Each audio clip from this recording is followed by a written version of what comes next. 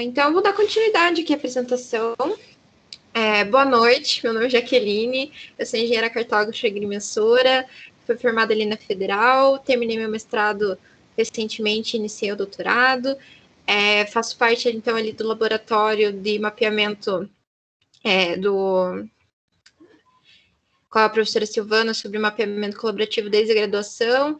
Então, a gente vem trabalhando nisso há alguns anos e em 2019 a gente acabou entrando, então, com os mapeadores livres. E só um pouquinho.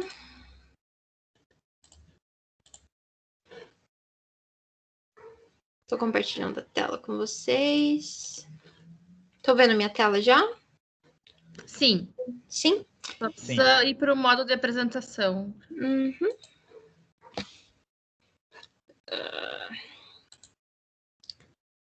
Então, tá bom.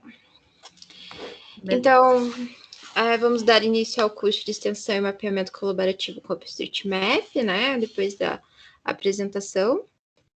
A programação que a gente vai seguir, então, vão ser 5 encontros, né? Mais um encerramento. Então, hoje a gente vai trabalhar com a parte de mapeamento de áreas rurais com a introdução dos editores ID e RAPD. No próximo encontro, dia 20, a gente vai trabalhar, então, com o mapeamento humanitário das favelas e a introdução do editor JOSME. No dia 27, vamos falar sobre acesso e a manipulação dos dados no OpenStreetMap dentro do QGIS. No dia 10/6, vamos trabalhar com o mapeamento de acessibilidade urbana, que é um dos projetos também que a gente está desenvolvendo em paralelo ali dentro dos mapeadores. No dia 17/6, a gente vai falar sobre o mapeamento de acessibilidade urbana com suporte no Mapillary. E no dia 24, a gente vai fazer um encerramento das atividades.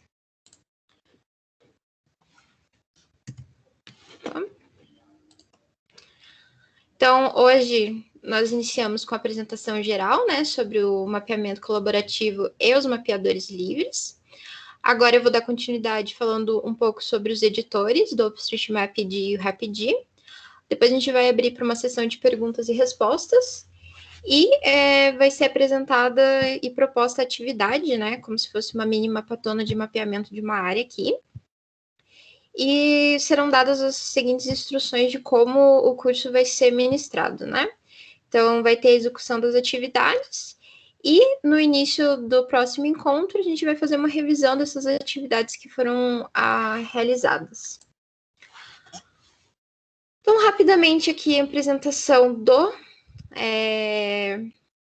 editor ID, né, que é essa ferramenta de edição e para inserir dados colaborativos através do mapa da interface do OpenStreetMap. É uma ferramenta básica, intuitiva, fácil de aprender, né? A gente também tem outros vídeos no nosso canal do Mapeadores Livres, então, caso vocês queiram relembrar, vocês vão poder assistir tanto essa aula quanto procurar mais informações. O RAPID já é uma ferramenta que ela é utilizada, então, também para o mapeamento das feições, porém, ela tem, uma captura automática por inteligência artificial das vias e edificações. Então, é uma ferramenta desenvolvida em cima do próprio ID, porém com essa função a mais. Só que como ela foi desenvolvida separadamente do ID, as versões, né, do ID e do ID dentro do RAPID são um pouco diferentes. A do RAPID é um pouco anterior. O ID, ele tem versões mais atualizadas que não foram acompanhadas dentro do RAPID, mas eu vou entrar dentro da ferramenta e mostrar melhor para vocês. E também temos, então, para o mapeamento com o OpenStreetMap, a ferramenta JOSME, que é uma ferramenta com funções um pouco mais avançadas de mapeamento e colaboração, né? Que também é um dos temas das próximas aulas, e eu só trouxe aqui para citar para vocês, mas a gente não vai começar por ela. Então, vou compartilhar aqui com vocês continuam vendo a tela, né? Esse é o OpenStreetMap, né? Então, entrando com o link do OpenStreetMap, eu acho que vocês podem até fazer o favor de disponibilizar ali no chat para todo mundo, para facilitar. Dentro do OpenStreetMap, então, a gente tem a opção de criar uma conta ou de entrar caso vocês já tenham a conta. Então, aqui é o mapa, né? Que nós podemos interagir, que é a base com todas as informações que já foram mapeadas e validadas. Então, se viermos em criar conta, caso vocês queiram ir acompanhando, podem ir acompanhando, mas caso vocês queiram começar as atividades posteriormente, eu vou só apresentar as funções num primeiro momento. Então, essa é a nossa interface do OpenStreetMap. A gente pode entrar ali para criar a conta, né? Então, a gente vai inserir o e-mail, vai confirmar o e-mail, vai escolher um nome, a senha, confirmar a senha e se registrar. Então, eu já deixei... Eu vou entrar, né? Então, eu já tenho o meu login e minha senha salvos. Mas é bem simples a inscrição. Para, então, habilitar o editor ID para a gente começar a realizar o mapeamento colaborativo, a gente vem aqui na seta do lado de editar e a gente habilita o editor ID no navegador. Então, não é necessário baixar nenhuma ferramenta, é um editor web.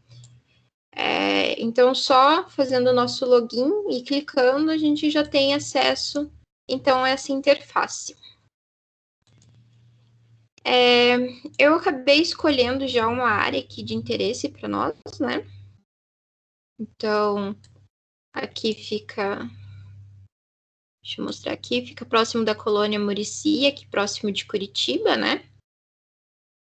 Então, eu escolhi essa área por terem algumas feições que eu quero mostrar para vocês como elas são mapeadas. Eu não vou passar todas as informações ainda, vamos por partes de todos os itens do mapeamento. Então, aqui, primeiramente, a gente tem as ferramentas aqui nesse menu lateral. Então, a ferramenta de zoom in, zoom out. Aqui é uma ferramenta que ela busca a localização. Então, caso vocês queiram encontrar sua residência e mapear ao redor, vocês podem utilizar essa ferramenta. A gente tem aqui as configurações também dos planos de fundo, então, que a gente pode trabalhar... Opa, melhorou. Então, a gente pode trabalhar com o plano de fundo do Bing, do Mapbox.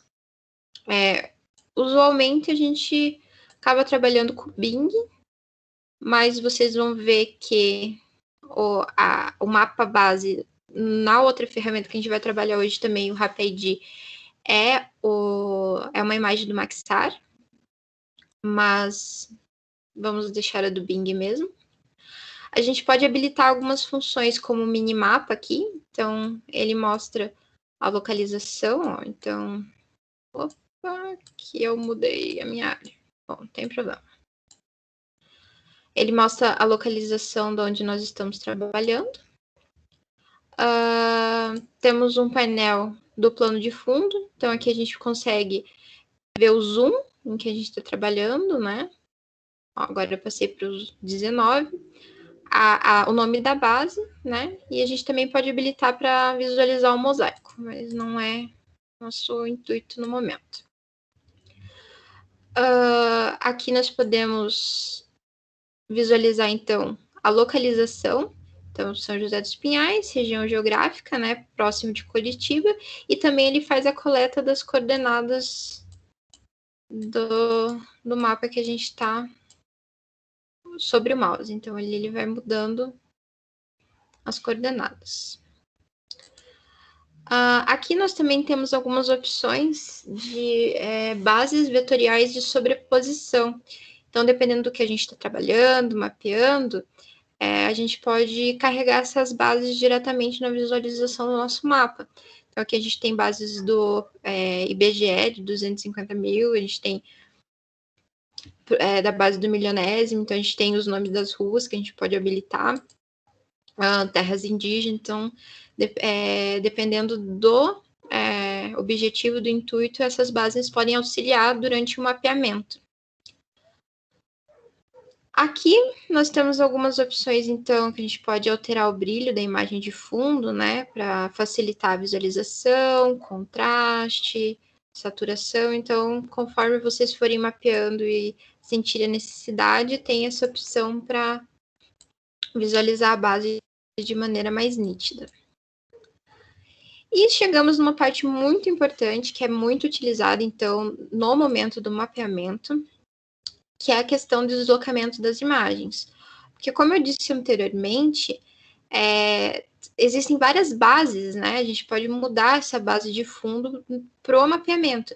Então, antes da gente começar a mapear, é muito importante a gente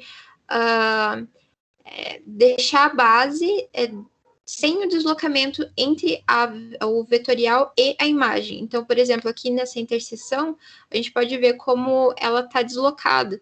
Às vezes, esse deslocamento ocorre devido à imagem que ela está sendo digitalizada, né? Então, antes de começar a mapear, a gente tem que vir aqui na nossa ferramenta e tentar deixar o mais centralizado possível sobre a rua, de forma a possibilitar que passe bem no eixo da rua, de forma a possibilitar que a gente mapeie. Então, aqui, ó, tá deslocado. Então, a gente tem que ver as feições e tentar acertar esse deslocamento antes de começar a mapear.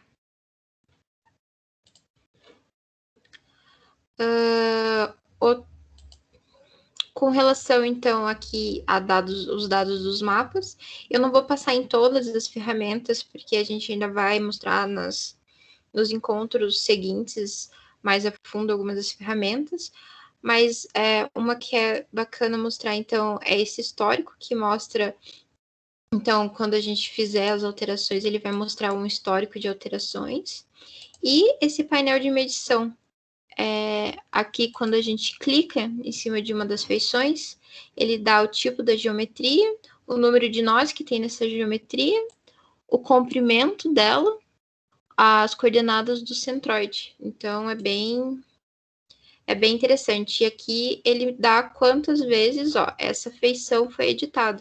Então, aqui ela tem duas versões, tem quando ela foi editada e por quem ela foi editada. Então, isso que é o bacana da gente realizar o nosso cadastro ali para fazer a edição. Então, no demais é isso. Com relação ao menu lateral, eu só acabei perdendo aquela área que eu tinha escolhido, então vamos ver outra. Acho que pode ser aqui mesmo. Então, aqui a gente já consegue ver alguns dos elementos. Acho que o Daniel Ramos tem uma pergunta. Rapidinho, existe a possibilidade de descobrir a data aí dessa imagem? Eu não recordo, Cauê. Você recorda onde que... Oi, Jaque. A data da imagem? A data da imagem depende da imagem em si, então aí você tem que olhar ali, ó, por exemplo, você ativou a imagem do Bing, ele vai ter ali dados e termos de uso, sabe?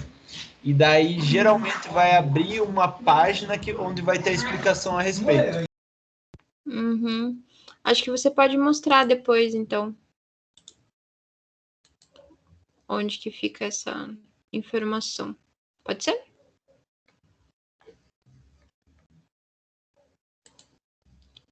Bom, outra coisa que é interessante citar aqui é que existem os atalhos, então, o mais para dar o zoom, então, colocando o mouse sobre as ferramentas, a gente libera ali o atalho do teclado, então o L, o B, para caso a gente esteja mapeando, não precisar utilizar o mouse, né? Então, aqui a gente tem as ferramentas e, como eu estava falando, dos vetores que já tem na nossa base. Então, aqui a gente tem uma via, né? Se a gente clicar sobre essa via, a gente tem informação sobre ela aqui nessa aba lateral. Então, uma via local, uma estrada vacinal. Eu já vou entrar também nesse assunto, né? Então, aqui, com relação à inserção das informações das feições no mapa para realizar o mapeamento. Então, a gente pode inserir pontos, né? Então, eu vou colocar aqui só a custo de... para exemplificar. Então, a gente clica sobre a feição, a edificação, né? Pode ser um parque, uma praça, um café.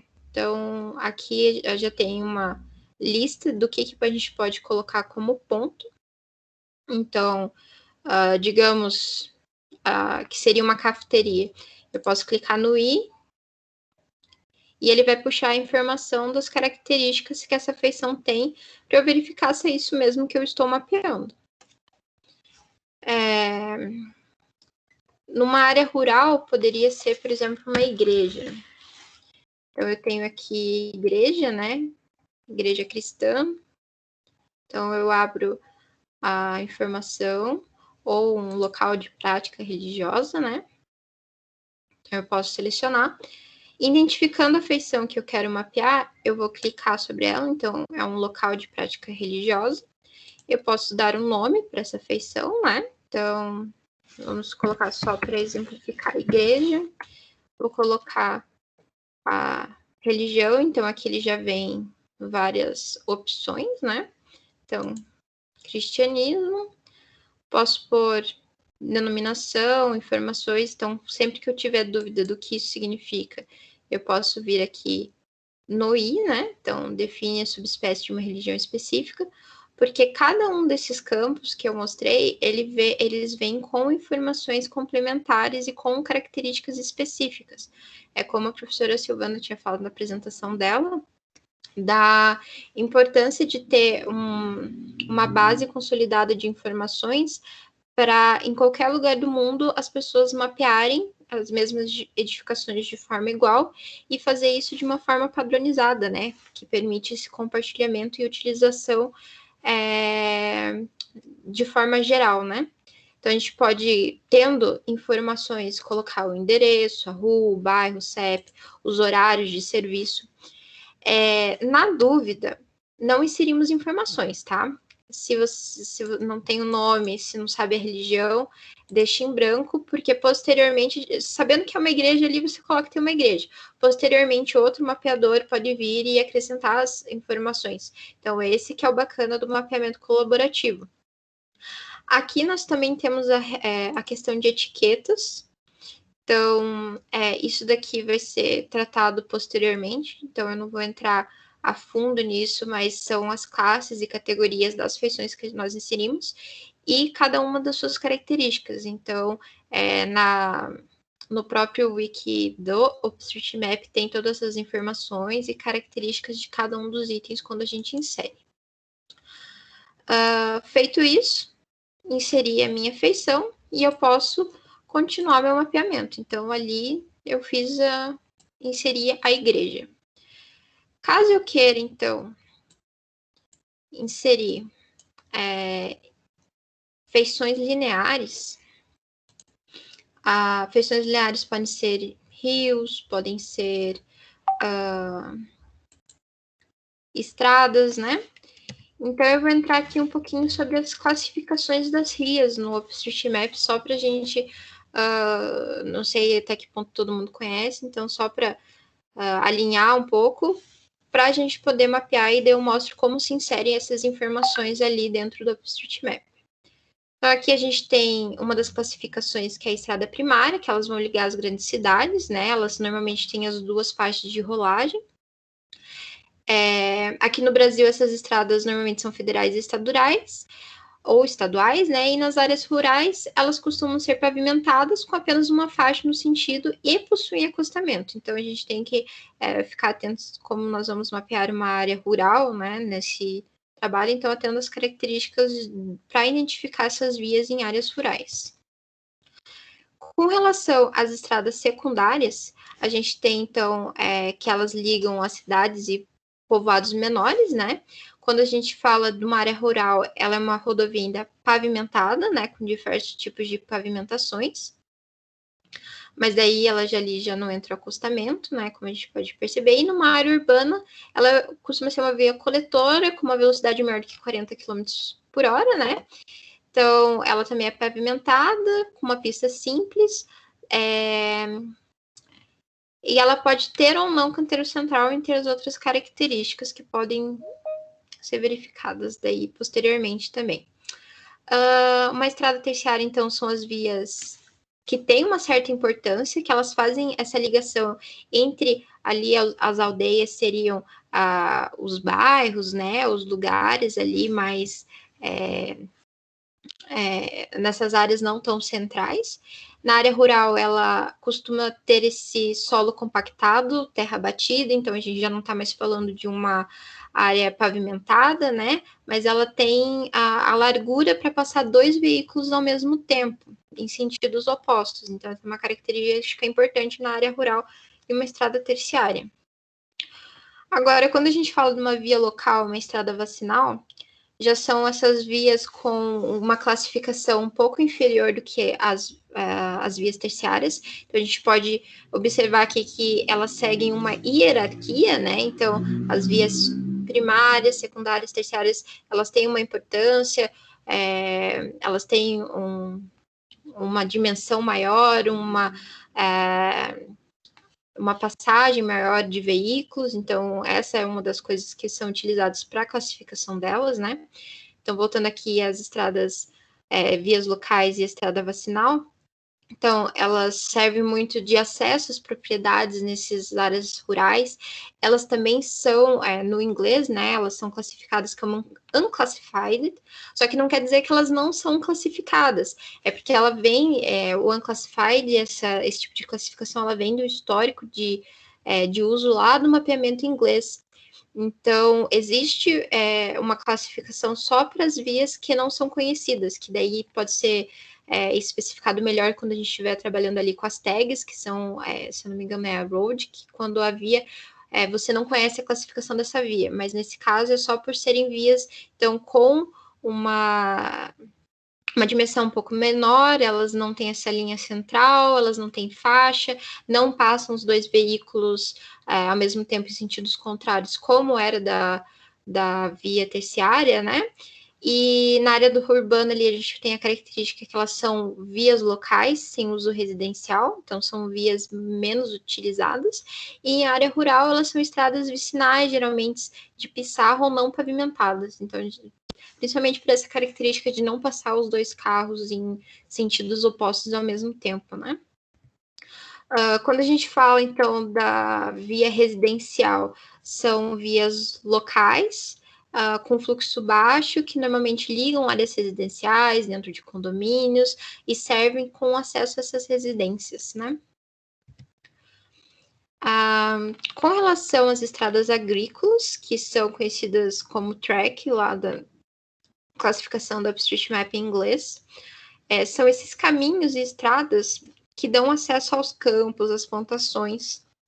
Normalmente são de terra batida, né? Elas não são pavimentadas, então são esses caminhos que a gente encontra. Com relação, então, ao path, que é o caminho formal, ele é um caminho genérico de multiuso, que são as trilhas, né? Esses caminhamentos mais informais.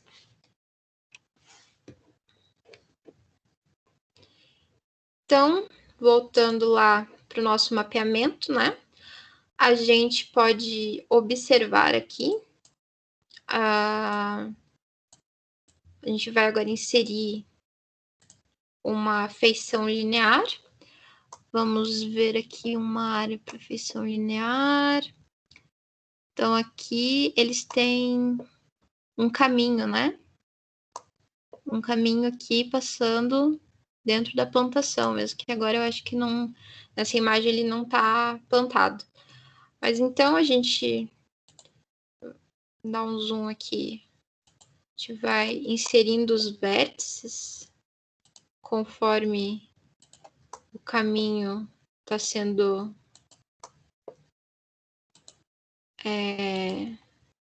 mostrado na imagem, né? Então, mais ou menos até aqui. Para terminar nosso desenho dessa feição, a gente clica no último vértice e podem perceber que na direção que eu inseri o caminho é a direção que a via tem, então é a direção que foi adicionada. Quando eu termino de inserir a feição, ele abre de novo as opções que eu posso colocar. Então, aqui a gente tem trilhos, vias secundárias, caminhos. Então, tem diversas opções. Então, agora a gente tem que identificar qual seria esse caminho, né, que a gente fez. Alguém gostaria de participar, de identificar qual desses seriam? Seria uma via local. Estrada agrícola? Uma estrada agrícola. Então, obrigada. Não sei quem falou. Então, vamos voltar lá. Então, vamos colocar aqui estrada agrícola. Então, a gente identificou, né? Vamos lá, apertamos no I. Caminhos ou estradas, acesso a campos. Então, correto. Aqui vai abrir todas as informações, né? Aqui eles têm... Vai dar alguns erros, né? Ao excluir elemento, ou se tem continuidade. Se não tem, então dá para verificar, porque como acabou ali, o último elemento ficou sem um fechamento, ele está dando como se fosse um erro. Então, aqui a gente pode verificar, né, se é um erro mesmo e corrigir caso for. Então, aqui a gente pode dar um nome, caso tenha, a firmeza do solo, por isso que eu comentei, nem sempre a gente tem todas essas informações para inserir. Então, por isso que é importante, quando não sabemos, deixar em branco, porque inserir uma informação errada é muito pior do que não inserir nenhuma informação. Então, aqui tem a superfície, né? Então, a gente consegue ver que é chão, ela não é pavimentada, né? A largura a gente não tem conhecimento, né? Então, aqui a gente poderia também inserir estruturas, se for uma ponte, um túnel. Então, tem várias estruturas que podem ser inseridas. Posteriormente, eu dou um exemplo, né? Podemos colocar declividade, suavidade. Então, cada uma das feições do elemento, de acordo com o elemento escolhido aqui, né? Ele vai abrir essas informações do campo. Então, quando preencher tudo, estivermos satisfeitos, a gente insere e podemos perceber que já mudou a simbologia, né? Então, agora é uma simbologia própria para a feição que a gente escolheu. Clicando sobre essa feição, a gente tem algumas opções. A gente pode mover essa feição, né? A gente pode ortogonalizar, que é muito utilizado ali quando a gente chegar na feição de área. A gente pode inverter, né, nosso eixo aqui. A gente também pode inverter do outro lado. Caso eu não queira voltar, eu dou um Ctrl Z, né? Caso eu tenha errado na modificação que eu fiz, eu posso inverter. Então, aqui, deixa eu dar um zoom. Lembra que quando eu inseri, eu falei que o caminhamento era de acordo com o desenho que eu fiz. Então, eu comecei dessa direção para cima e agora eu mudei o caminhamento. Ó. A direção da via está indicando para baixo, voltando. Então, a gente pode fazer essas alterações. Invertir novamente. A gente pode girar a feição. Então, caso seja necessário. Podemos duplicá-la e excluir. Então, caso essa feição não seja... seria errado, não quero, por algum motivo, a gente pode excluir e fazer novamente. Então, aqui a gente pode inserir uma linha. Então, cliquei no vértice já do que foi criado. E eu posso continuar inserindo, então, para o restante da minha via que estão ali que estão aqui dando continuidade. Daí, inserir. Ele já trouxe aqui a estrada agrícola como preferencial, né? Então, selecionei que é uma estrada agrícola e ele já mudou ali a minha simbologia e já classificou ela como estrada agrícola. Então, a gente pode ir fazendo isso nas demais feições. Quando a gente clica sobre o vértice, então a gente pode adicionar também algumas outras informações, faixa de pedestre, travessia de pedestre, caso fosse numa área urbana, por exemplo, né? O semáforo, redutor de velocidade. Então, a gente tem essas outras entidades aqui, outros elementos que podem ser adicionados. Outra coisa que pode ser feita também, quando a gente seleciona um vértice, é dividir essa feição. Então, digamos que aqui a gente está trabalhando numa estrada e eu posso vir aqui e dar um corte. Então, a gente tem agora uma feição que vem do vértice para baixo e outra versão que vai trabalhar desse vértice para cima. Caso, por exemplo, aqui nessa região passa um rio. Eu estou dando um exemplo, deixa eu ver aqui. Bom, deixa eu mostrar isso aqui para vocês. Então, digamos que essa lagoa aqui, né, ela atravessasse aqui. Aqui fosse uma via, só que essa lagoa passasse por baixo dessa via e nós tivéssemos uma ponte. Então, selecionando aqui essa feição, a gente vai adicionar uma ponte sobre essa rua, né, que passa por essa rua. Então, para isso, a gente precisa de mais um vértice, né, onde começa e termina onde vai começar e terminar a nossa ponte. Para adicionar mais um vértice, eu vou clicar 2 vezes em cima da feição, então ele automaticamente adiciona o vértice. Então, agora eu tenho um vértice no final e no início dessa minha estrada. Então, clicando com o botão direito sobre o vértice, eu posso dividi-lo.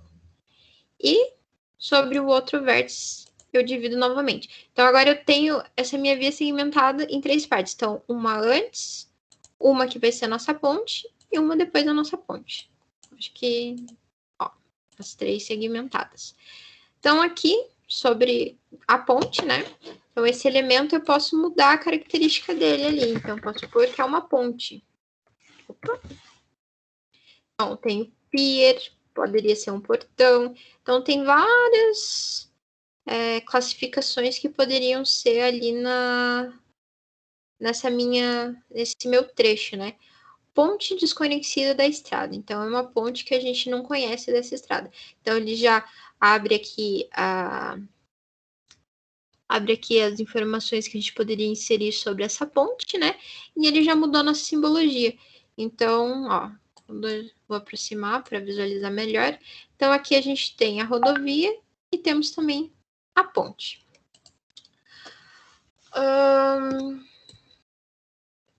Com relação, então, à questão hídrica, do mapeamento hídrico, a gente tem também a inserção de feições lineares. Deixa eu ver se tem algum exemplo aqui perto de um rio. Eu acho que não. Bom, vamos pegar aqui. Vamos supor, então, só para a gente não perder muito tempo procurando, que agora não me vem nenhum lugar na cabeça, que aqui nessa divisão aqui entre a plantação e nossa área arborizada, é um rio que está passando ali. Então, digamos que a gente vai mapear esse rio. Então, a gente vai inserir a linha, como a gente fez com a estrada. Então, a gente vai inserindo os vértices de acordo com o que acharmos importante. Então, ali, como se a gente estivesse seguindo o curso do rio, né? Então, a gente vai seguir o curso desse rio. Desenhei ali o trecho do rio. Clico na última feição, ele vai fechar e esse é o nosso rio.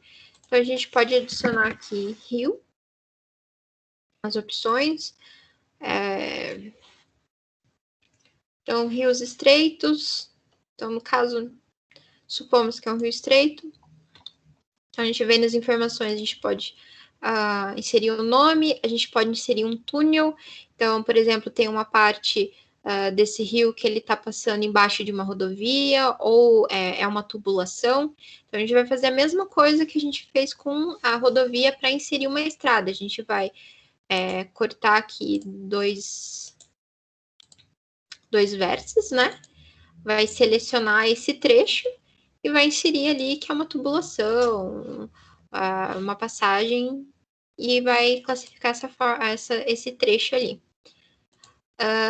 Voltando aqui para o rio. Então, ele é o rio, ele tem um nome, posso colocar se ele é uma estrutura que está no túnel ou não, posso inserir a largura, se ele é intermitente, desconhecido, se ele é perene. Então, a gente insere essas informações aqui e inserimos nossa feição do rio. E como as estradas, a gente pode perceber que a direção do rio é a direção que eu fiz o desenho. Então, isso é muito importante se atentar, né? Então, deixa eu clicar. Então, ele dá as mesmas ferramentas que a gente tem para a estrada, né? Inclusive, se a gente precisar inverter a direção desse rio. Certo? Com relação, então, às feições de área. Vamos inserir área. Como nós estamos falando de feições hidrográficas, então a gente vai inserir aqui uma feição hídrica, um lago, né?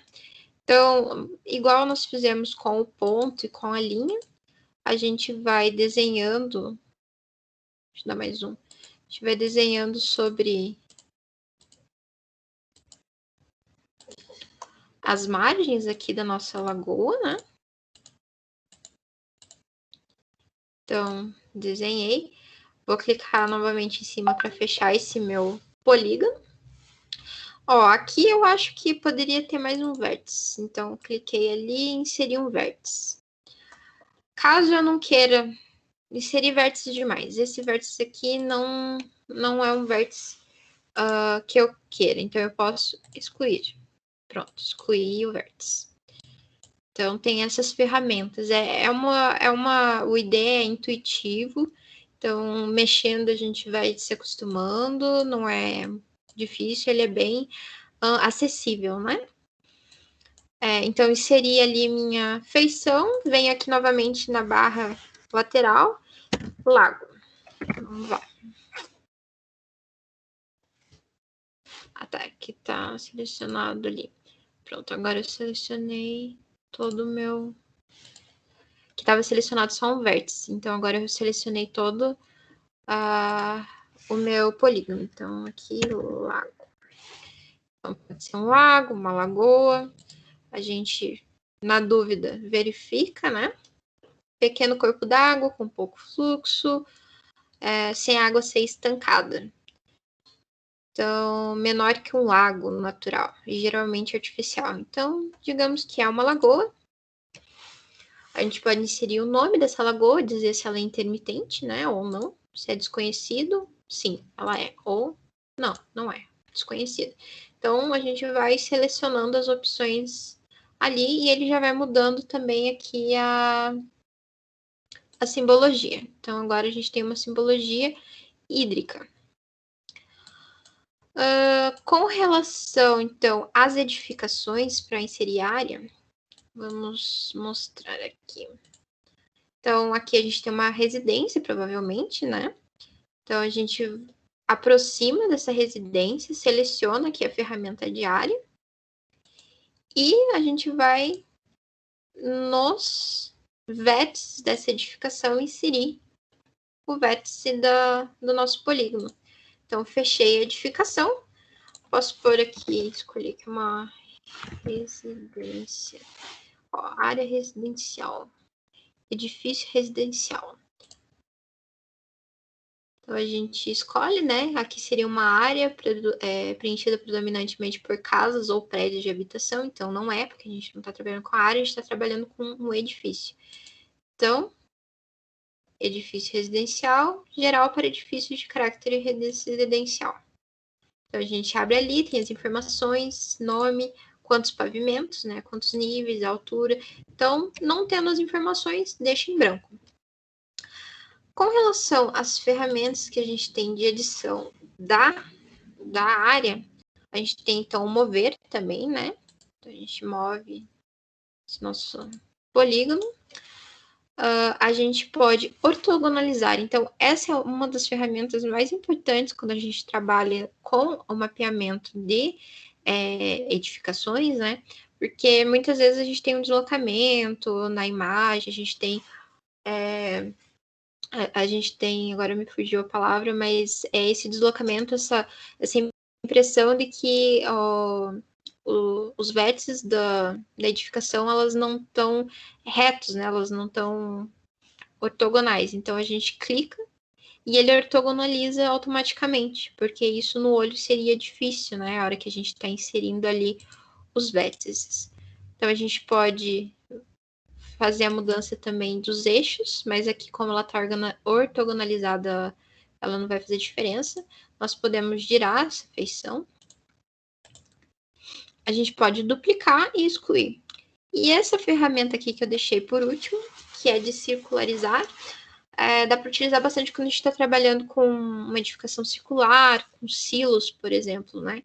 Então, quando vocês estiverem mapeando ali na nossa proposta de tarefa, é uma das opções. Então, você clicando, ele já automaticamente faz essa circularização ali da área da edificação. Aqui que eu não mostrei da feição pontual, então ele permite copiar, né? Então eu posso copiar essa feição e colocar em outro lugar também. Posso movê-la. E com relação, então, basicamente da inserção aqui dos elementos e do ID seria isso. Então, que a gente vai... aqui a gente também tem os botões para desfazer alguma coisa que foi feita, né? Que eu esqueci de comentar desse botão. Então, quando a gente terminou de fazer todas as modificações, a gente vem aqui em enviar as alterações, né? Então, digamos que no meu caso foram feitas 13 alterações na nossa base. Então, eu clico em enviar. Aqui ele deu alguns erros porque eu não entrei com todas as informações necessárias, não coloquei as head tags, né? Então tá. As etiquetas. Tá, tive que cancelar. Bom, é que eu não vou enviar as informações. De qualquer modo, eu vou... Porque como eu só inseri para mostrar, eu não vou fazer o envio dessas feições, né? Então, eu vou eliminá-las aqui. E vou só fazer o envio de uma feição só para mostrar como que faz esse envio. Qual foi o outro que a gente alterou?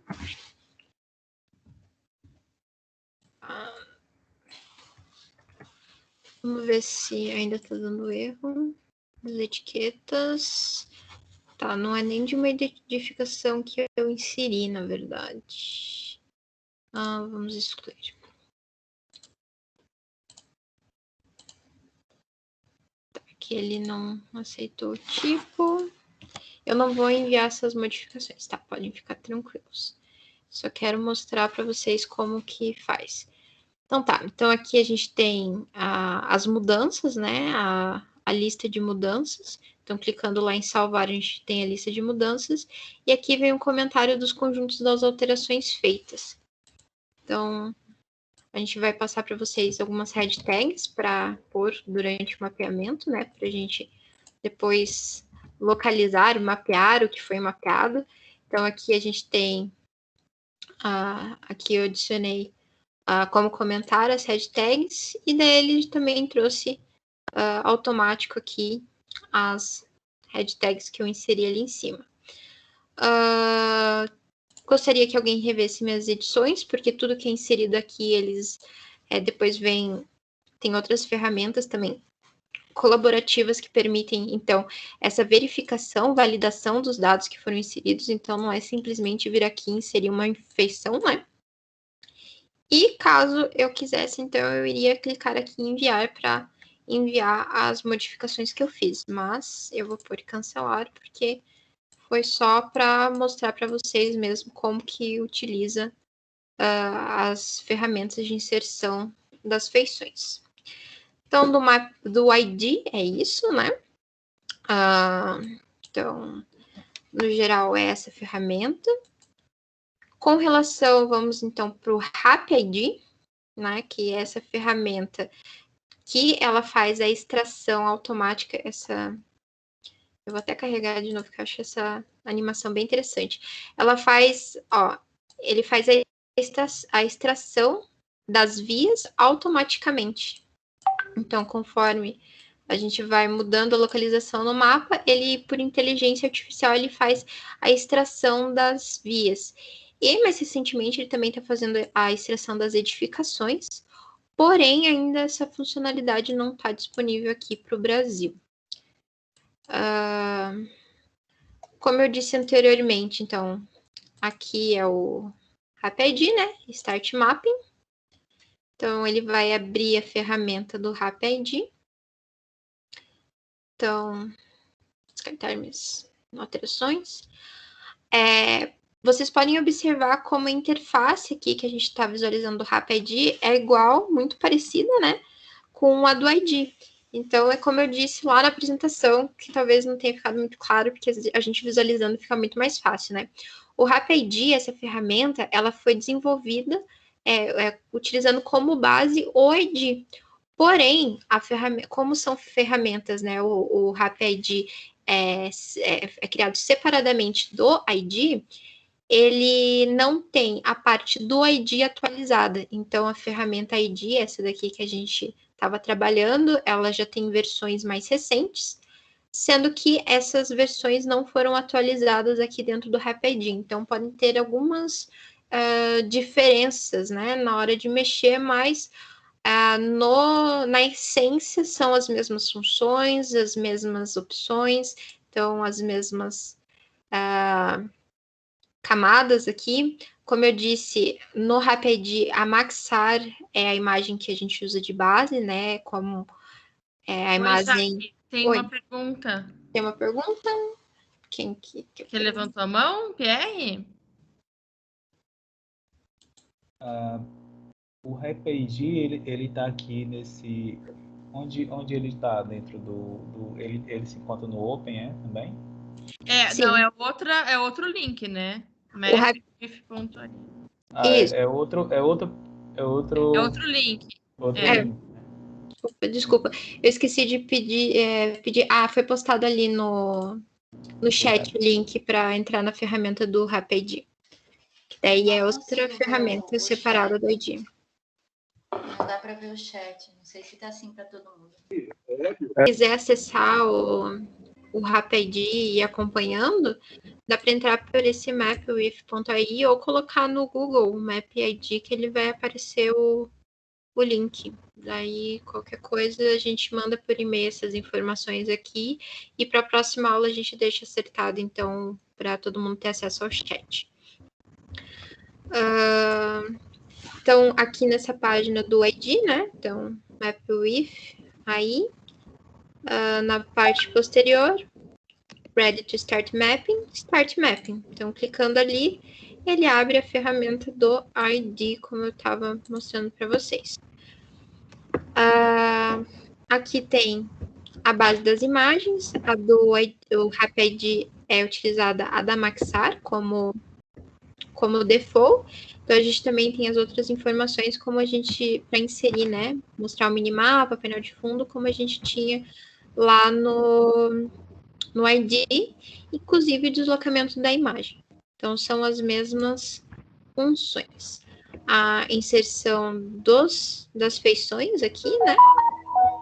Então, o que a gente tem aqui de diferente é a ferramenta do RapID. Então, selecionando ela, a gente consegue visualizar aqui e habilitar as inteligências artificiais. A gente pode ver que aqui trabalha com a detecção das vias. É uma inteligência artificial do Facebook. E aqui trabalha com a dos prédios, é da Microsoft. Aqui a gente também pode escolher as cores, mas vamos deixar na default mesmo. E a das edificações, como eu disse anteriormente, ainda não está em funcionamento aqui no Brasil. Ela está sendo testada em alguns lugares da América do Norte. Então, esperamos mais um pouco para ter essa funcionalidade. Quando a gente já abre, vocês podem ver que temos as ruas diferentes das classificações que eu mostrei anteriormente, né? Roxas.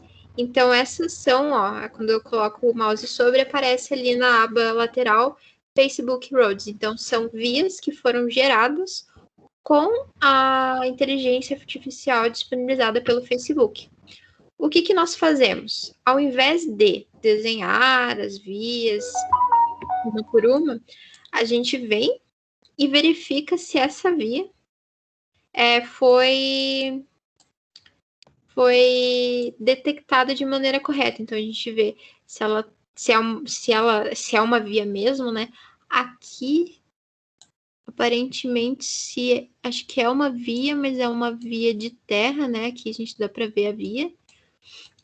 Então, quando a gente identifica ela, clicamos em cima e ele dá a opção de usar essa feature ou ignorar a feature. Então, a gente clica em usar. Então, ela já mudou aqui a simbologia, né? Ela fica branca. E, então, a gente pode fazer a classificação e as edições como eu mostrei lá das vias do ID. Então, é o mesmo processo, né? Então, clicando, a gente faz aquele processo. Essa é a diferença, né? Então, aqui era daquela área que eu acabei mudando no OpenStreetMap, é a mesma área. Eu queria mostrar para vocês, só que a gente acabou trabalhando em outra área, mas enfim. Então, seria uma área rural. E quando a gente vai vindo no caminhamento, a gente percebe que em alguns locais ele conseguiu aqui detectar que tem uma estrada. Então, aqui é um exemplo. Porém, essa estrada está um pouco deslocada, né? E ela não foi finalizada. A gente tem mais caminhos ali. Então, a gente pode clicar sobre ela, usar this feature, né? Ele aqui identificou como uma via residencial. Aqui seria uma via agrícola, né? Então, a gente pode alterar. Então, estrada agrícola. Então, ele já mudou a classe, né? E aqui a gente vem sobre as feições. Então, selecionando o ponto, eu posso arrastar e ir desenhando sobre a nossa via. Então, estou puxando. Aqui no final, quero que ela continue, né? Então, cliquei no último, continuar, né? Com o botão direito. E ele permite que eu insira mais vértices, né? Clicando no último vértice, pronto, inseri aqui a minha nova feição. Então, era uma camada que foi detectada por inteligência artificial e que eu modifiquei ela e, né, adequei ela mais próxima à realidade. Então, isso daqui pode ser... Então, quando eu dou o zoom, ele vai habilitando minha visualização das feições e eu posso ir identificando outras estradas que ele detectou. Então, por exemplo, ele detectou só até uma área, eu posso estender essa estrada até o final dela, adicionar mais vértices ali, mais continuações dessa estrada. Então, acho que o que eu queria falar sobre as ferramentas de edição é isso. Né? Então, aqui, como a gente está trabalhando numa área rural, pode ver que tem menos... Jaqueline? Isso. Oi. Oi, uma perguntinha, por favor. Uhum. Essa base que você está validando, digamos assim, ela se comunica com o Maps ou são coisas independentes? Então, é do OpenStreetMap, então, eu ia comentar isso agora. Então, quando a gente termina de fazer a edição, vocês podem perceber que a mesma interface do ID, são só ferramentas diferentes, mas a base que ela está alimentando é a mesma. Então, aqui a gente, clicando, a gente tem as mesmas opções aqui das categorias das ruas, das vias, das edificações, é a mesma coisa do ID para inserir aqui as outras feições, E depois a gente clica aqui para enviar, insere a hashtag e faz o envio para o OpenStreetMap para validação dos dados, como foi feito da ferramenta do ID. Mas acho que a pergunta, Jaqueline, é se os dados vão todos para o mesmo lugar. Então, vão todos para a base do OpenStreetMap. São duas portas diferentes, mas todos eles vão parar no mesmo lugar. Não sei se era essa. Tem a Josilene e o Igor com a mão levantada para fazer pergunta. Pode falar primeiro Josilene, depois o Igor pode falar. Sim, eu queria saber se tem alguma restrição de uso desses dados, já que é do Facebook, ou qualquer pessoa pode usar para qualquer fim. Não, como ele está aqui dentro dessa ferramenta aqui colaborativa, é realmente uma, digamos, é uma colaboração do Facebook e da Microsoft para ajudar o mapeamento colaborativo. Claro que daí eles acabam utilizando essa base também, né? Sempre tem um interesse dessas instituições, mas é colaborativo, ela vai ficar, mesmo que tenha sido gerada pela inteligência artificial deles, ela vai ficar disponível pelo OpenStreetMap de maneira gratuita para uso de todos. Obrigada. A única restrição, sempre para usar qualquer dado do OpenStreetMap, a única restrição sempre é que você tem que citar a fonte, né? Então, a gente sempre tem que colocar lá que dados são dos contribuidores do OpenStreetMap. Ok, obrigada. Acho que é o Igor, era Igor, que tinha uma dúvida. Eu tinha levantado a mão e depois eu fiz a pergunta. Obrigado. Já foi respondido. Ah, tá.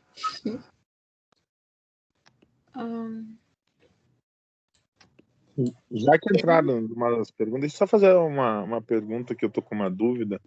A precisão dela, qual que é, Jaqueline? A precisão Do mapeamento, que eu, por exemplo, vou fazer um polígono, alguma coisa, alguma área assim, ela tem alguma precisão específica? Acho que o Elias pode responder melhor essa questão da qualidade dos dados do OpenStreetMap, mas tem uma precisão, tem como fazer essa validação, né? Acho que o Elias pode explicar isso mais precisamente. Ou até a professora Silvana. Na verdade, depende do que você está usando como fundo, sabe, Júlio? Porque eu poderia também ter ido levantar esses pontos com 1 centímetro de precisão e colocar isso no mapa.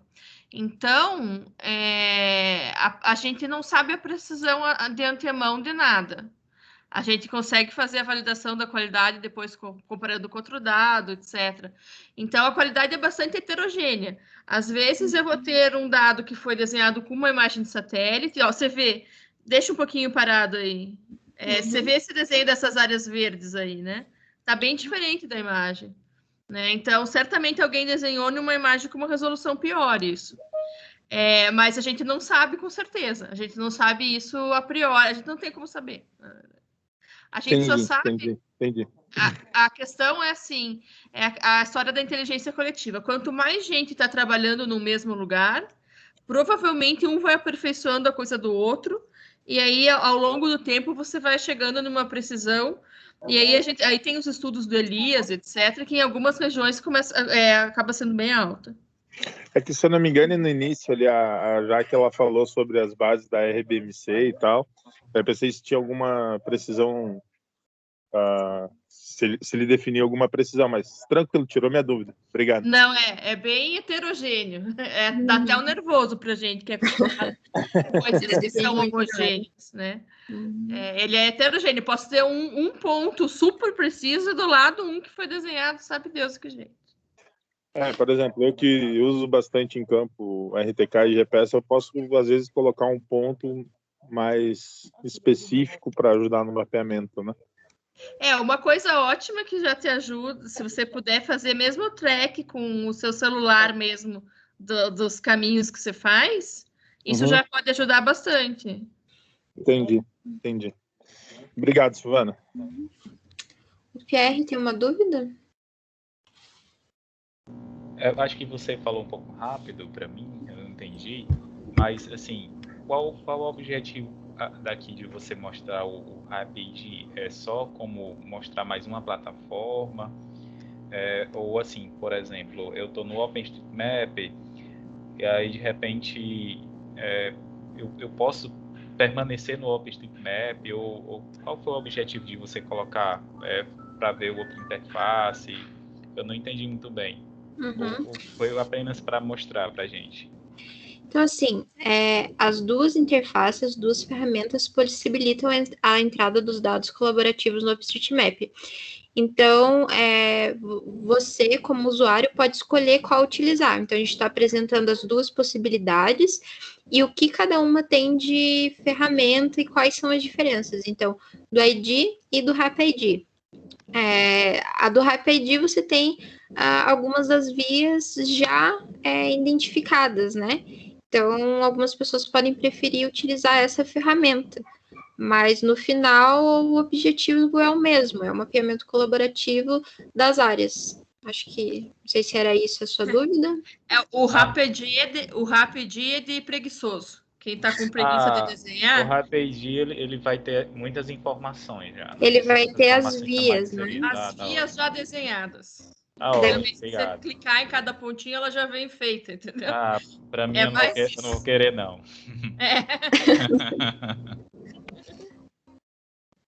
A Marta?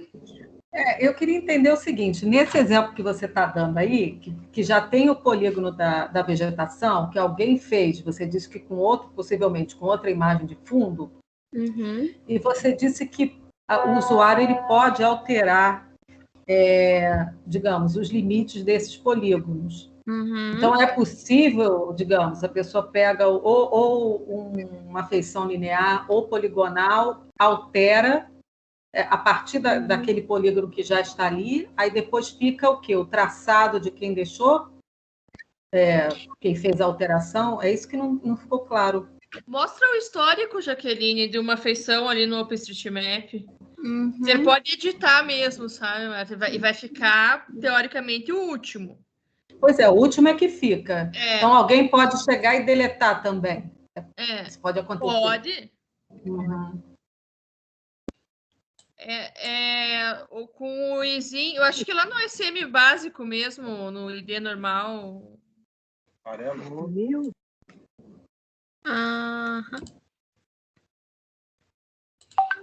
Então, aqui a gente tem a ferramenta do histórico habilitada. Acho que não pode estar salvando. Tem, exatamente. Essa não tem histórico. Esse já tem. Então, aqui a gente selecionando a feição, né? Então, eu vim aqui nos dados do mapa, coloquei mostrar painel histórico e selecionei uma feição. A gente pode ver que essa feição já teve 5 modificações. A última edição foi feita 5 de agosto de 2019, tem o horário, tem o nome de quem fez essa edição. Então, porque como a gente fala do mapeamento, o mapeamento ele é dinâmico, né? As feições mudam e elas podem ser, então, atualizadas pelos colaboradores. O que acontece é que quando a gente envia a informação, ela vai para uma validação e daí a última versão que é atualizada. É claro que isso dá uma preocupação para a gente, porque existe uma coisa assim, tipo a pichação do mapa que fala, né? Eu vou lá desenhar uma coisa errada, etc. Então, eles têm toda uma equipe de validadores, mas não é só isso, também conscientização da comunidade, etc. Mas só você vê aquela vegetação tá ali, a gente pode editar todos os vértices e redesenhar. Então... Mas esse resgate, essa memória não fica, por exemplo. Digamos que efetivamente tenha sido feito numa imagem que a mancha da vegetação tenha realmente se reduzido. Perde-se a informação do polígono anterior, caso quisesse fazer entendi. Entendeu? Não, fica todas as coisas anteriores. Você resgata os polígonos. E o que acontece é que cada change set que você faz, né, quando desenhou e empacotou para mandar para lá. eles sempre falam, né, para você colocar a fonte. Então, eu estava digitalizando em cima da imagem Maxar, etc. Então, você poderia consultar até pelo change set ali que a pessoa colocou, se a pessoa disse qual que foi a imagem que ela usou, por exemplo. Entendi. Nem todo mundo faz tão completinho assim, né? Mas dá para saber também se a pessoa colocou a fonte. A Valmira pergunta aqui se as edições do Rapid vai para o SM. Vai, é a mesma base. Uma coisa que a professora falou com questão da pichação aqui da base é o exemplo do Pokémon GO, né? Então as pessoas perceberam que se ela colocasse ali perto da casa delas, que era um ginásio muito grande, que as pessoas visitassem, ia aparecer um ginásio de Pokémon. Se fosse uma igreja, ia aparecer um ginásio de Pokémons. Então eles começaram a inserir pontos, né? Inserir feições onde não tinha aquela informação, onde não era uma igreja, onde não era um parque. Então acabou acontecendo essa pichação. Então teve que ser feita uma mobilização para retirar essas feições e uma conscientização da comunidade, né?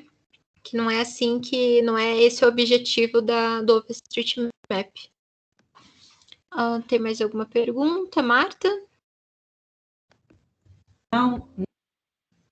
Já esclareci, obrigada. Então tá.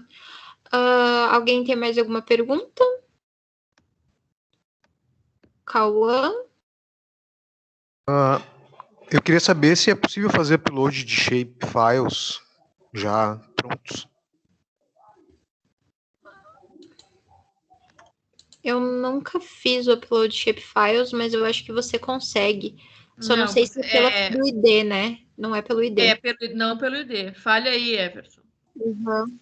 Isso. Tem como fazer, se usa outra aplicação, que a princípio eu vou mostrar semana que vem, que é o JOSM, só que eu não vou chegar nesse nível, porque ele é uma forma um pouco mais complexa para fazer importação de dados, e requer muito mais cuidado até de quem está subindo o dado, né? Porque geralmente ele vai subir o dado num pacote maior, é um pouco mais complexo, a gente não vai chegar nesse nível, mas tem como. Você pode, na semana que vem, Everton, dar um link, alguma coisa, para quem quiser se interessar para saber isso mais profundamente, né? Pode ser também. Mas é bem mais complexo. E geralmente quem faz isso faz em pacotes muito grandes e tem depois uma validação forte em cima, porque é uma modificação grande, às vezes, quando fazem isso. Ok, obrigado. Foi mais no sentido de já se ter dados validados, né? E disponíveis e poder alimentar a plataforma. Mas, até fazendo até por uma curiosidade, muita coisa que está no OpenStreetMap é coisas de mapeamento de referência já feitos que foram importados. Então, mesmo coisa que tem no OpenStreetMap, muita coisa vem dessa forma. E geralmente, é que a gente não entrou tão a fundo, mas geralmente tem a comunidade. O OpenStreetMap, tanto no Brasil quanto em outros países, tem comunidades nacionais de voluntários, né, de usuários que são voluntários, que fazem justamente, se organizam para ver como vão fazer essa importação dessas bases, conversam com os órgãos públicos para pedir a licença daquele dado para poder usar, porque nem sempre o dado público tem uma licença clara, e para importar no OpenStreetMap tem que cuidar com a licença desse dado que vai ser importado. Ele tem que estar numa licença compatível com a do OpenStreetMap. E essa própria comunidade, aqui no Brasil a gente tem 200, 300 pessoas nessa comunidade. Algumas dessas comunidades são as pessoas que vão também acompanhando as edições que a maioria das pessoas fazem, né? Então, eles veem se teve alguém que fez alguma modificação muito estranha e voltam, recuperam a versão anterior, que pega aquele exemplo lá que fizeram a pergunta agora há pouco, né? Se modificar para uma área diferente, se modificar e alguém da comunidade que faz essa validação vê que alguém modificou e não está muito coerente, ele pode voltar à versão anterior daquela feição, né? Então isso é muito trabalho da comunidade, de um grupo de pessoas, aqui no Brasil todos são voluntários, que fazem esse campo mais de cuidar não só de subir dados, mas de cuidar, de fazer esse cuidado com a base. Então, só dando uma geral nesse ponto. Ok, obrigado.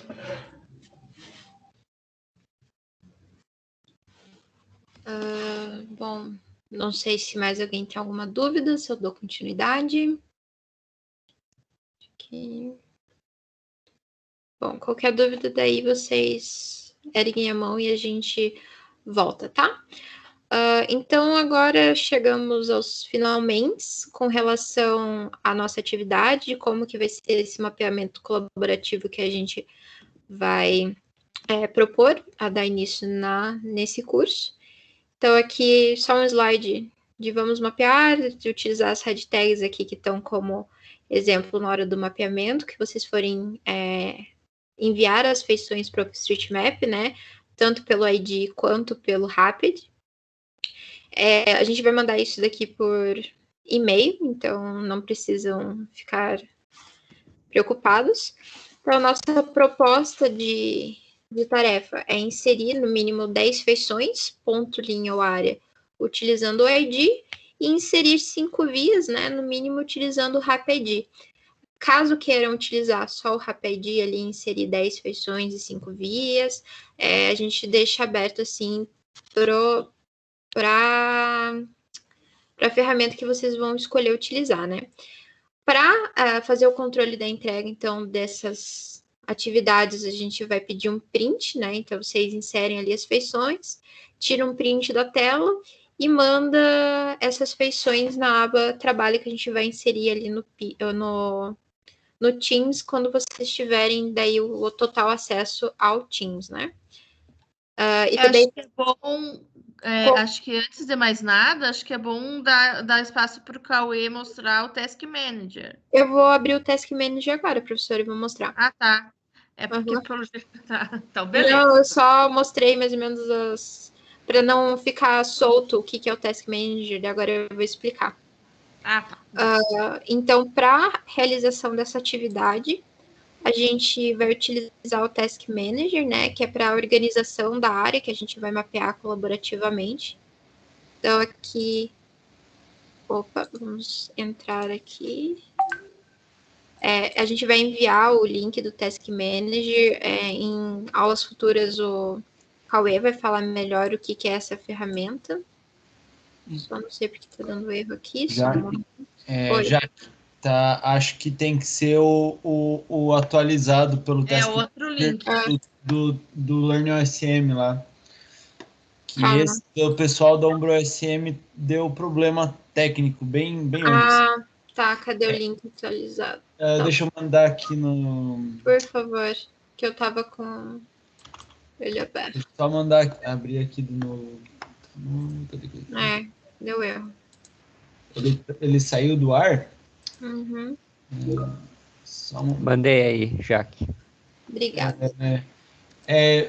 Enquanto... beleza. Eu queria falar para o pessoal que, se todo mundo quiser, a gente pode fazer um vídeo explicando como importar shapefiles no JOSM, postar lá no canal do Mapeadores Livres, já que bastante gente pediu, comentou disso, né, porque não está incluso no calendário desse curso de extensão. Então, poderia ficar lá só um vídeo tutorial lá. Se vocês quiserem, pode se manifestar no chat e a gente pode fazer um tutorial desse. Muito bom. Então, aqui voltando para a realização da tarefa, a gente vai usar o Task Manager. Então, a gente escolheu aqui uma área da Lapa, né, para o mapeamento rural. Deixa eu entrar com a minha conta. Então, como eu já estou logado no OpenStreetMap, ele vai dar o acesso automaticamente.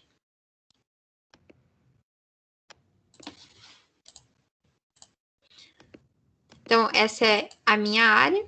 Eu cliquei ali sobre a área, então ele vai abrir aqui o grid com todas as áreas que estão disponíveis para mapeamento durante essa atividade.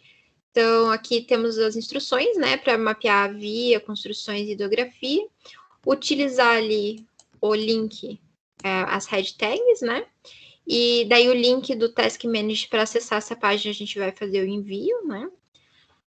Com relação à escolha da área. Então, a gente tem esse mapa aqui, e essa legenda. Então, todos os quadrados que estão em branco, elas estão disponíveis para o mapeamento. Quando está azul, ele já está pronto para uma validação posterior.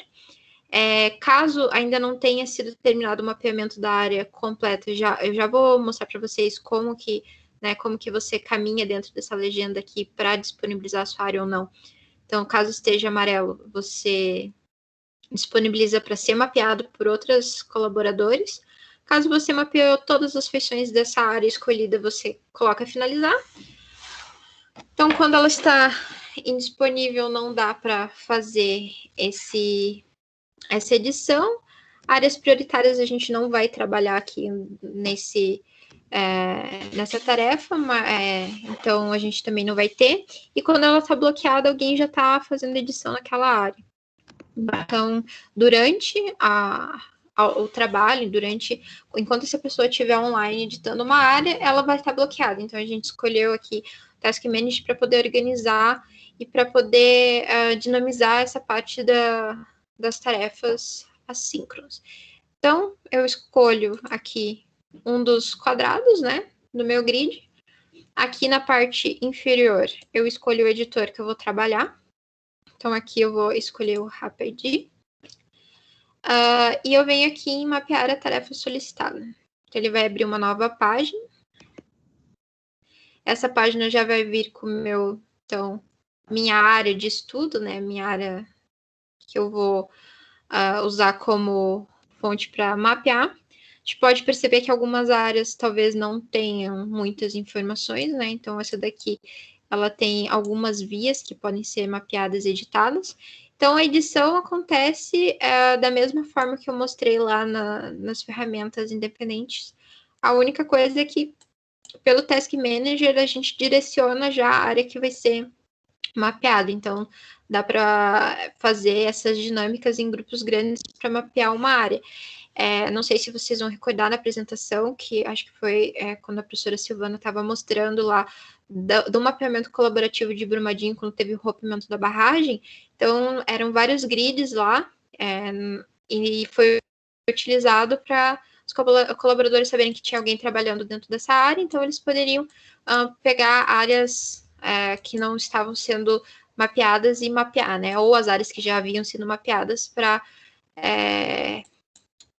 poupar esforços, né? Para direcionar os esforços de maneira mais produtiva. Quando alguém tiver, então, vou voltar aqui, ele vai atualizar, tá no meu mapa da área. Então, aqui a gente pode ver que tá com o meu cadeado. Então, a gente pede para que quando alguém vê um cadeado de estar sendo editado, não pegar as ferramentas, as áreas ao redor, né? Porque a pessoa pode fazer edição também das outras áreas, ela não precisa ficar numa área só editando, né? Cauê, quer acrescentar alguma coisa? Tá com a mão levantada?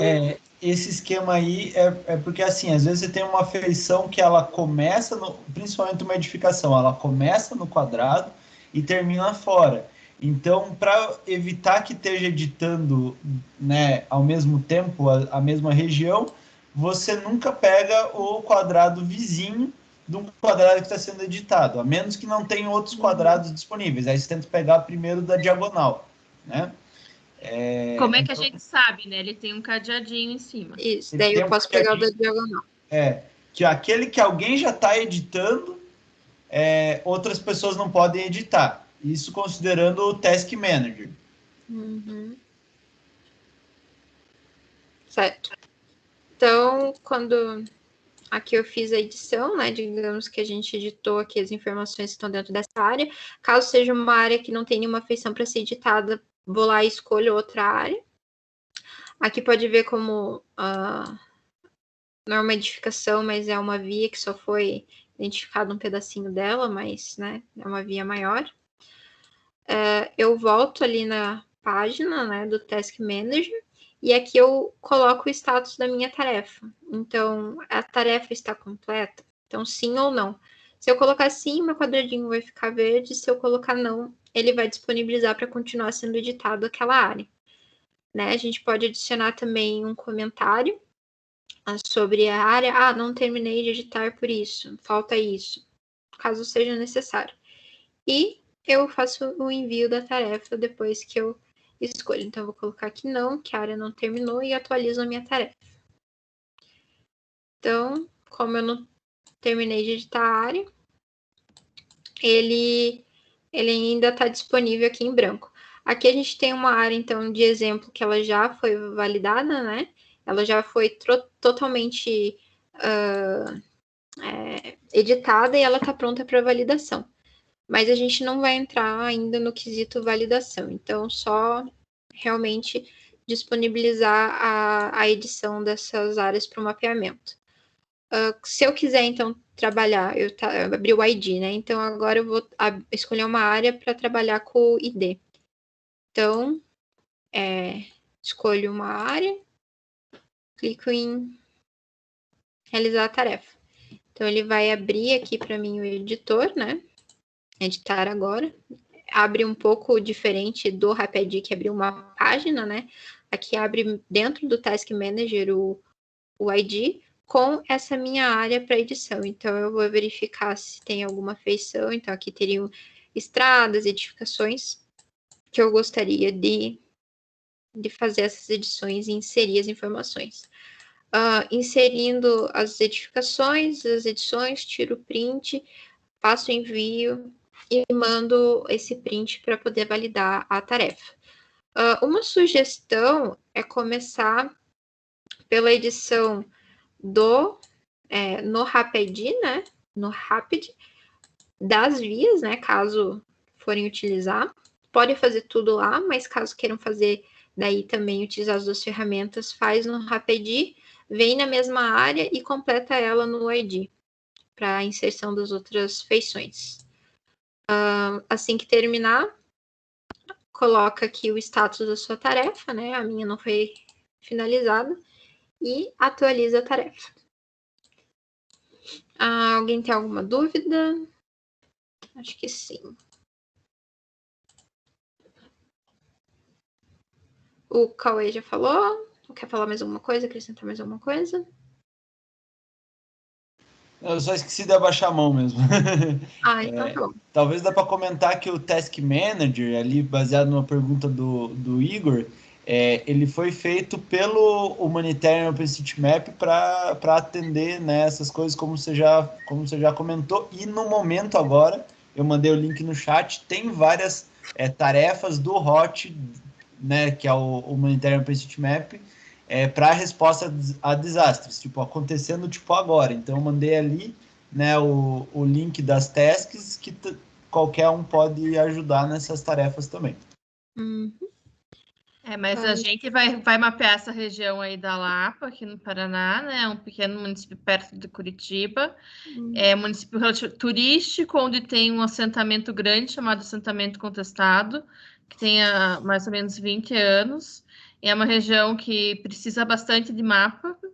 Então, e a ideia é que a gente consiga ter essa experiência de mapear junto uma região, né? Então, que isso faz parte da experiência do curso, até para vocês, de repente, se tiverem dúvidas, agora quase todo mundo acho que está adicionado no Teams, então pode perguntar um para o outro, né? A gente vai estar trabalhando tudo dentro de uma mesma área. Tá, então a tarefa não é assim em qualquer lugar, tem que ser tem que entrar aí por esse link. Pelo Task Manager. Quem mais então está com a mão erguida? Igor. Oi. Vamos chamar esse trabalho aqui de uma missão, né, em que tem essas várias células. Quem pode criar esse tipo de atividade? É um grupo restrito ou qualquer um pode fazer isso?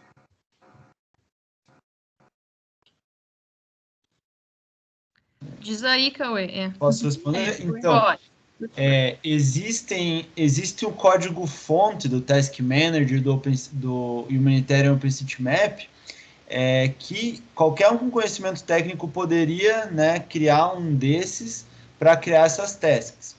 No momento, a gente, como organização, né, Mapeadores Livres, a gente tem acesso ao Task Manager de uma organização chamada TeachOSM, que é voltada para o aprendizado de OpenStreetMap. Ou seja, que nessa organização a gente pode criar tasks que não sejam necessariamente para questões humanitárias. Esse nosso agora, no caso, ele vem a ser, tá?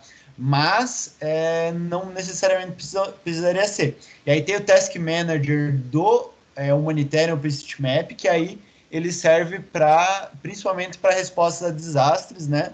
E mapeamento humanitário, né? Não sei se ficou claro, mas assim, na prática, usando as ferramentas que estão prontas, você precisa fazer parte de uma organização que seja autorizada a fazer. Mas existe o código-fonte, se você tiver know-how, você consegue pegar esse código-fonte, hostar num servidor e criar o seu próprio Task Manager, né? Tem aqui uma associação aqui no Brasil, a Umbra USM, que eles fizeram deles, só que, por exemplo, agora está fora do ar. Então é isso. Na prática, tem organizações que né, têm autorização para fazer, mas o código-fonte é aberto. Uhum. Acho que só para... Jaqueline, só para dar uma completada na pergunta, até para ver se alguém não está com a dúvida nesse sentido. Por exemplo, quem, por exemplo, não tem acesso a essas ferramentas, pode entrar lá direto no ID ou no Rapid ID e mapear por lá, direto. O que essa ferramenta tem de diferente, por exemplo, hoje a gente está em 50 pessoas. Então, a gente quer mapear uma área X e a gente está em 50 pessoas. Para ninguém mapear no mesmo lugar que outra pessoa já está, para não dar muito problema de sobreposição de pessoas que estão fazendo a mesma coisa no mesmo momento, por ser uma área não tão grande, com muitas pessoas juntas. É interessante ter essa ferramenta para dar uma organizada, mas todo mundo é livre para entrar direto no ID, lá pelo site do OpenStreetMap, ou no endereço do Rapid ID e editar por lá. A única diferença é que lá você vai estar fazendo direto, você não tem essa interface para organizar as pessoas, né? Para elas saberem mais ou menos, esse é o quadradinho que eu tenho que fazer, esse é o quadradinho que o outro está fazendo. Aqui é mais para organizar. Nada impede a outra pessoa de entrar pelas outras ferramentas e editar a mesma área sem passar por aqui. Então, não sei se alguém podia estar com essa dúvida, mas é só para esclarecer esse ponto. Vamos ver. Eduardo? Eu queria saber se tem se as regras de topologia, esse Rapid ID ou ID, eles obedecem às regras? Eles, lá no fundo disso, Eduardo, é um PostGIS, sabe? Uhum. Então, por exemplo, você viu quando a Jaqueline desenhou uma rua que não terminava em lugar nenhum? Ele deu um aviso ali, né? Ele avisa. Então, Mas assim, ele tem uma Rapid série ID... de... O Rapid ID, ele já é meio que pré-validado, aquela coisa da inteligência artificial, sabe? Então, aquelas ruas desenhadas, elas já vêm todas conectadinhas. Uhum. Mas se Então, alguém editar um polígono e outra pessoa editar em cima, ele avisa? Depende da coisa. Se for a mesma tag, avisa. Tá. Ele tem uma série de ferramentas topológicas, até, por exemplo, quando cruza uma estrada com um rio. Então, ele tem... Tanto que, hoje em dia, quando a gente baixa os dados do ESM, que é uma coisa que a gente vai ver mais para o final do curso, é muito difícil ter problema topológico. Uhum.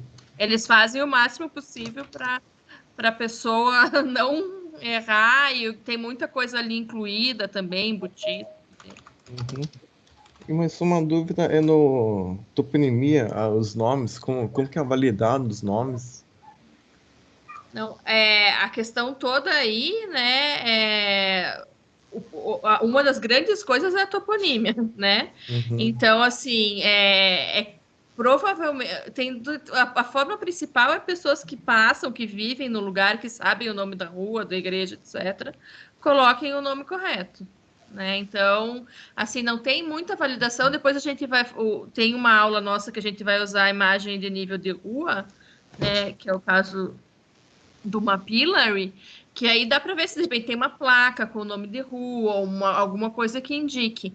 Mas a principal coisa da toponímia é o conhecimento das pessoas que passam por ali. Quando a gente está desenhando assim com imagem, a gente sabe muito pouco de nome de rio, nome de estrada, etc. Né?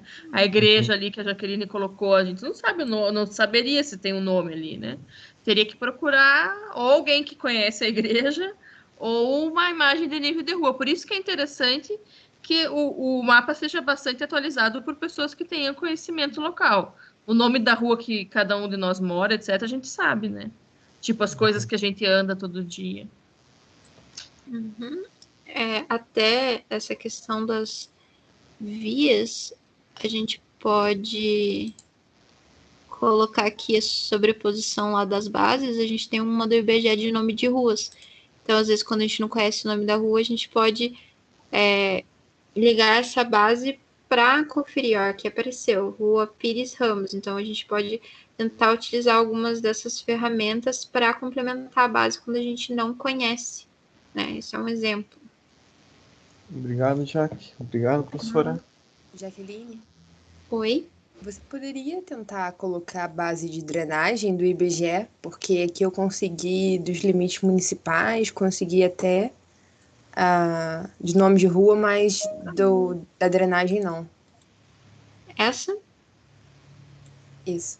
Rios de drenagem. Sempre tem a possibilidade tem que ver a área para aquela área. Tem que ver a área que ela abrange. A BC 250 é o Brasil inteiro. Talvez Só que acontece que o não... negócio é você ver uma área mais rural aí, porque senão não... Na cidade ali de São Paulo, ela vai ter... Eu testei várias aproximações e não consegui ver. Talvez ela não então, esteja funcionando. Quando o ID é meio basicão, assim, sabe? Então, quando a gente for ver o JOSM na semana que vem, a gente consegue puxar outras camadas. E aí a gente olha por lá, porque esse aqui vem... Talvez por ser uma camada muito grande, porque rio é pesado mesmo, né? Um monte de linha. Quem sabe não esteja renderizando aí, não esteja colocando. Então, quando a gente chega no limite, assim, do ID, hoje a primeira semana a gente vai mexer com o ID. Aí a gente vai começar a ver, puxa, mas tem coisa que a gente quer fazer a mais. Aí chega a hora da gente começar a usar o JOSM.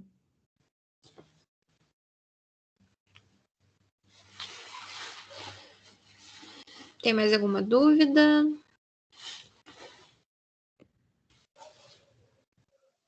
Tem uma pergunta, tipo assim, no caso, a gente vai fazer as tarefas pelo Tasking Manager, né?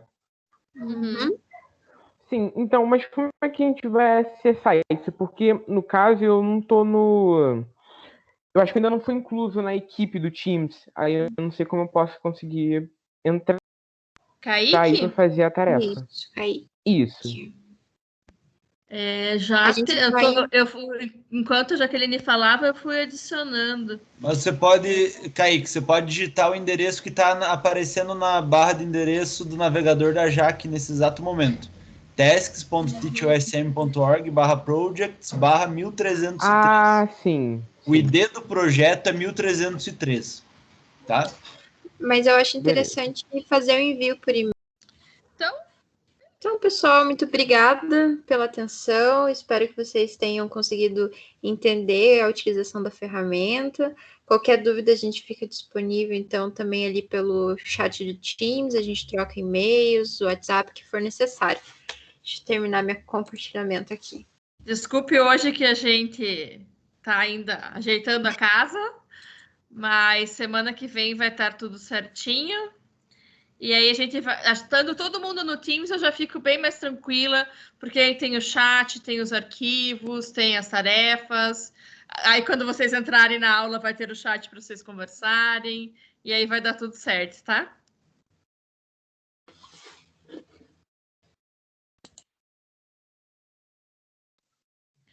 Beleza, então. Eu posso tirar só mais uma dúvida?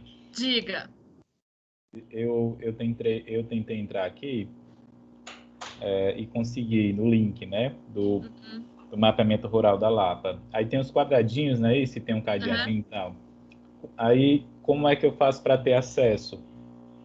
Você vai ter que fazer uma conta no OpenStreetMap. Ah, eu já tenho uma conta. Então, beleza. Aí, Dá assim, um entrar ali. Aí, quando eu escolho um desses quadradinhos, Aham. Mas quando eu escolhi aqui, ele não mostra nada. Então, deixa eu compartilhar aqui rapidinho. Você escolhe aqui um quadrado e vem mapear a tarefa selecionada. Daí você escolhe o editor aqui, ó. Peraí, deixa eu ver aqui. Só um minuto. Sim. Aqui você escolhe o editor, certo? Seleciona a área que você vai mapear, o quadradinho. Ah, sim, sim. E vem mapear a área selecionada. Ah, tá, ok. Entendi agora. Entendi. Obrigado. De nada. Então, a gente vai de quadradinho em quadradinho até no mínimo fazer 15 feições. Muito e bom. Semana que vem a gente vê quanto que a gente conseguiu fazer todo mundo junto. Excelente, viu? Gostei muito, muito bom. Legal. Obrigado. Boa noite, então. Todo mundo, bom descanso. Boa noite. Boa noite. Boa noite. Tchau. Até semana que vem. Boa noite, gente. Boa noite. Boa noite, pessoal.